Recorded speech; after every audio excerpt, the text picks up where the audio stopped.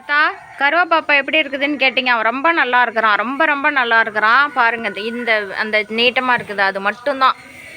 அவ்வளோதான் அறுத்தார். அவ்வளோ அறுத்து உள்ள ஒரு தையல், அதுக்கு மேலே 3 லேயரில் தையல் போட்டு இது ஒன்றும் பண்ணாது, அது நக்கி அதே புண்ணு ஆற்றிக்குன்னு சொல்லிட்டாரு. 3 நாளையில் புண்ணு ஆறி போயிடுன்னு சொன்னார். பாருங்கள் ஆறி போயிடுச்சு. முந்தா நேற்று காலையில் பண்ணார். நேற்று ஒரு நாள் நேற்றே நல்லா சாப்பிட்டான். டாக்டர் கம்மியாக சாப்பாடு கொடுங்கன்னு சொன்னார். அதனால் பாலில் கரைச்சி கொடுத்தேன்.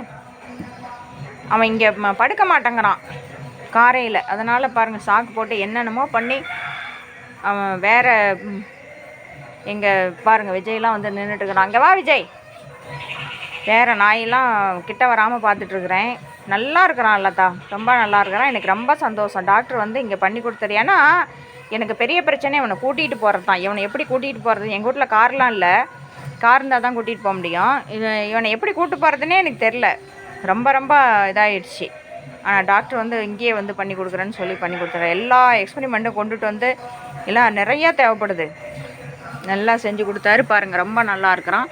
உங்களுக்கு ரொம்ப ரொம்ப நன்றி. இவனை பற்றி விசாரித்ததுக்கு. இவன் நல்லா ஓடுறான், காலையில் எழுந்திரிச்சு கத்துறான், கூப்பிட்டு போனால் டாய்லெட் போயிடுறான், ஒன்றுக்கு போயிடுறான், திருப்பி படுத்துக்கிறான்.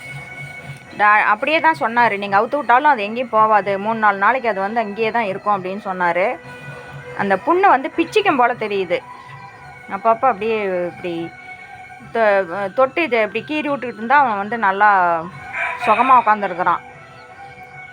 உங்களுக்காகவே இப்போ காலையில் எழுந்திரிச்ச உடனே படம் பிடிச்சேன். ரொம்ப நன்றி லதா, இவனை பற்றி விசாரித்ததுக்காக உங்களுக்கு ரொம்ப ரொம்ப நன்றி சொல்கிறேன். சந்தை எப்படி இருக்கிறா, சூர்யா எப்படி இருக்கிறான், நீங்கள் எப்படி இருக்கிறீங்க, நல்லா இருக்கீங்களா?